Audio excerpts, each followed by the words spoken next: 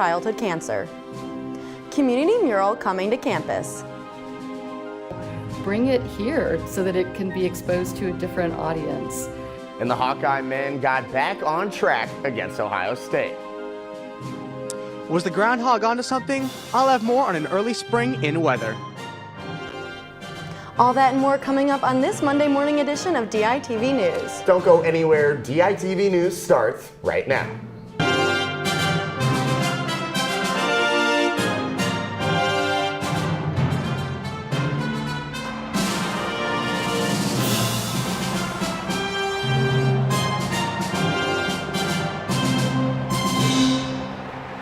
Good morning and thank you for tuning in live to DITV and KRUI 89.7 FM. I'm Hannah Lipsky. And I'm Michael Merrick. And we have DITV's Jace Bertrand live outside with our weather forecast. I was so happy to see that Phil didn't see his shadow on Friday. Yeah, Hannah, we haven't had too long of a winter so far, but hearing that there's an early spring is always a great thing. Jace, what do you think about last Friday's predictions? Well, Hannah, it seems like our good friend Puxatawny Phil might have been onto something. Even if he only has a 39% accuracy rate with his predictions, it really is beginning to feel like spring. I'm here live at the Iowa River Landing, where despite the warmth melting most of the snow, you can see a bit of ice still on the Iowa River. Today, the warmth will continue to highs of 47, and tonight temps will drop down to lows of 28. Tomorrow, we're going to be a little bit warmer with a high of 48, and all 3 days are going to be cloudy, but with the warmer weather, I can't complain. I'm going to come back to take a look at the rest of the week, but for now, I'm going to send it back to you guys in the studio. A big event brought in big bucks for childhood cancer at UIHC. DITV's Grace Lathrop has more on Dance Marathon's 30th anniversary big fundraising weekend.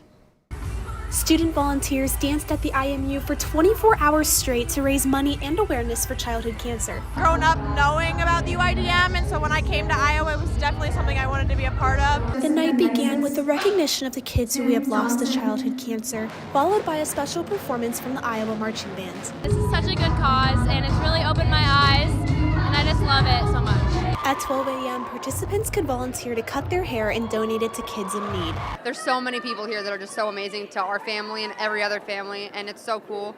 For the halfway mark, dancers and staff joined together to sing to celebrate the past 12 hours. Right here in the IMU at Dance Marathon, students continue to raise money for childhood cancer. As you can see behind me, students are trying to keep the energy up as they pull the ultimate all-nighter. Lip sync battles, family speakers, and a special visit from the president of the university took place during the rest of Saturday morning. This is the 30th anniversary. A special graduation ceremony took place to celebrate kids who have officially been cancer-free for 5 years. This is the best experience I've ever had. This is my second year doing it, and each year I feel like it's just going to keep getting better. At the end of the event, Dance Marathon raised over $1.4 million, which is the first time the grand total has gone up in 6 years. From the IMU celebrating Dance Marathon 30, this is Grace Lathrop, DITV.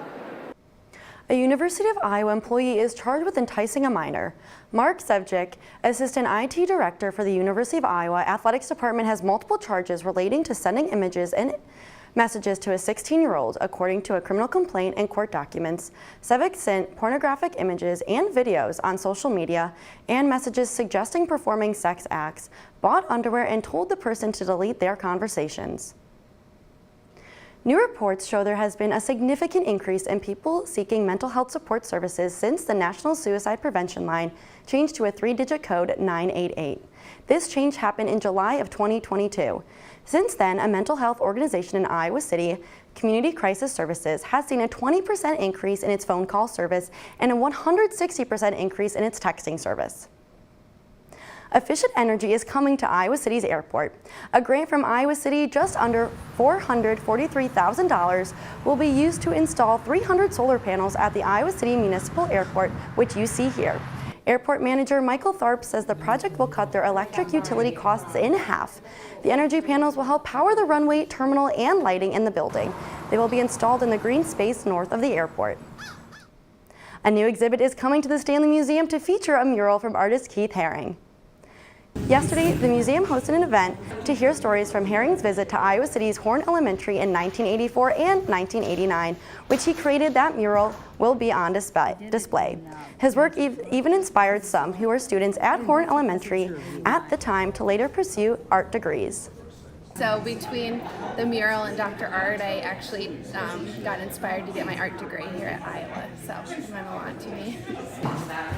The exhibition titled To My Friends at Horn, Keith Haring in Iowa City will feature the mural you see now that he did at Horn Elementary in 1989. The exhibition will take place starting from May 4th, which would have been his 66th birthday, and it will run until January 5th of 2025. Feminist author and producer Roxane Gay was in Iowa City as a keynote speaker at Emma Goldman Choice event. During her speech, Gay shared disappointment with Democrats for not taking enough precautions to protect reproductive access in diversity, equity, and inclusion programs. The Emma Goldman Clinic in Iowa City believes in a feminist approach to healthcare and provides abortions, safe sex resources, and education reproductive health for all genders and sexualities. Iowa City families headed outside yesterday for some winter fun. Iowa City's Freeze Fest took place at the Terry True Blood Recreation Area. The free event was put on by Iowa City Parks and Recreation to get Iowa City residents outside. They offered a range of outdoor activities from wildlife education to fire starting. This year, the event looked a little differently than it has in the past due to the warm weather. Activities like ice fishing and skating had to be cut, but parents said their kids were still excited to just spend some time outside.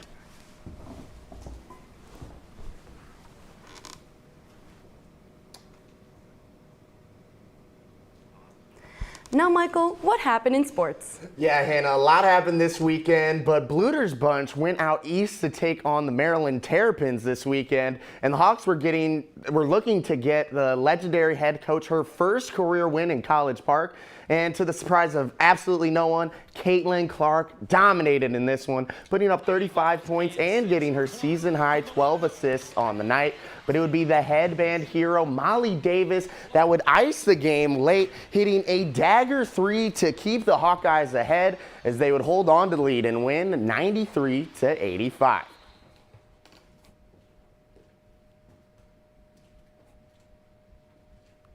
And the Hawkeye men's basketball team returned to Carver after splitting a road trip. They look to bounce back versus the Ohio State Buckeyes. DITV's Ryan Lynch has more on the game. The game tipped off into a back-and-forth battle between the Hawkeyes and the Buckeyes. Najee Dembele provided a nice defensive spark for Iowa as Owen Freeman got into foul trouble early. Dembele recorded all 6 of his rebounds in the first half, as well as his 1 block. He is a really good low post defender. He is a really good ball screen defender, and he's a really good traffic rebounder. So that, that's a lot of value right there. The Hawkeyes trailed 36-38 at halftime. Iowa's Josh Dix went on to play a pivotal role in the second half. A Josh Dix dunk helped Iowa secure their first lead of the second half. Dix would go on to dominate in the mid-range, scoring 10 of his 15 points in the second half of the game. And he's so good in the mid-range area. I feel like it's automatic when he shoots those. He makes it at such a high clip, and he can get to his spot, and he just gets up and he shoots it, and he's so smooth. With Iowa leading by 3 with just 20 seconds to go in the game, the Hawkeyes and the Buckeyes traded fouls and free throws down the stretch, with Patrick McCaffrey going 4 for 4 to secure the Iowa win, 79-77. On Thursday, the Hawkeyes head back out on the road to take on Penn State in Happy Valley for another Big Ten matchup. From Carver Hawkeye Arena, Ryan Lynch, DITV Sports. And the Iowa Gym Hawks were back on the mat against Nebraska last night, and while they didn't get the result they wanted, they did have a new star start to shine. DITV's Sarah Gallo was at Extreme Arena and has more on the meet.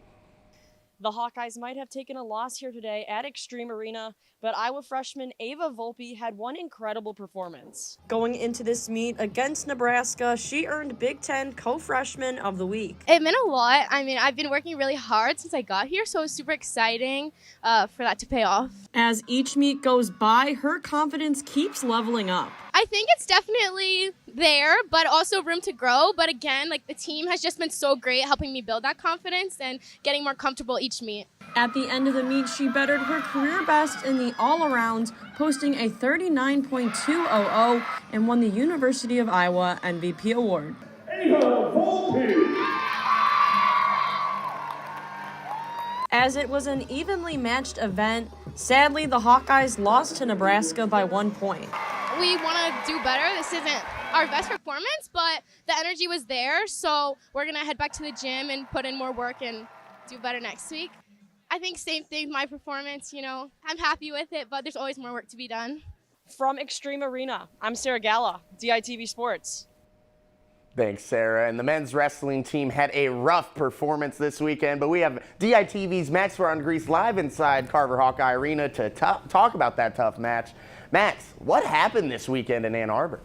Good morning, Michael. There aren't any Hawkeye wrestlers here in Carver Hawkeye Arena just yet. And to be honest, it didn't really seem like they showed up between the duel against Michigan in Ann Arbor on Friday, as Iowa would end up losing badly as they lost that one 24-11. Going into intermission, the Hawks trailed 16-0 after 2 shocking losses as number 2 ranked Jared Franick and top ranked Real Woods both fell.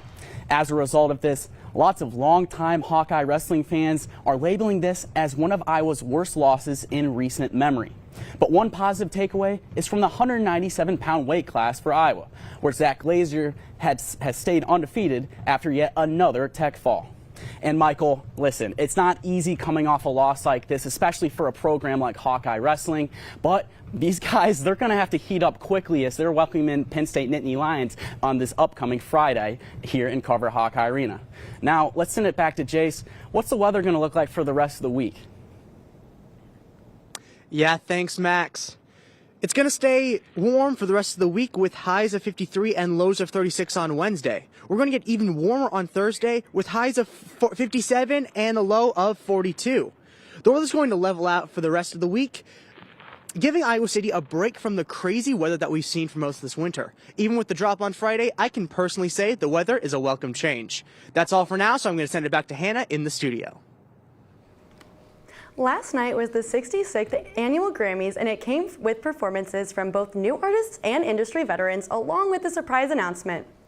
Miley Cyrus won Record of the Year for Flowers, and Taylor Swift won Album of the Year for Midnights.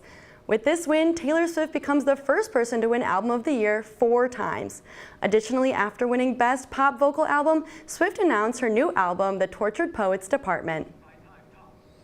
You know, I know there's a lot of hate on Taylor Swift, in the sports community, but I want it to be known that as a Kansas City Chiefs fan right here, we're all about it. We're all about it. We are all honorary Swifties now in the Chiefs kingdom. So I just wanted to say she's picking up another win. We're hoping to pick up another win on Sunday. So I think it's just a bunch of people winning over there. Yeah, I mean, when I saw the Grammys, my mouth dropped because I was preparing for Reputation and not a new album, but I sure am happy one's coming soon. Hey, it's going to be a great one. And, Taylor Swift, she just always brings it. I can't say anything else. She's practically the music industry right now. So thank you for tuning in live to DITV News and listening to KUI 89.7 FM. Be sure to head over to thedailyiowan.com for all your latest news between Monday and Friday. And for DITV News, I'm Michael Merrick. And I'm Hannah Lipsky. Have a great day.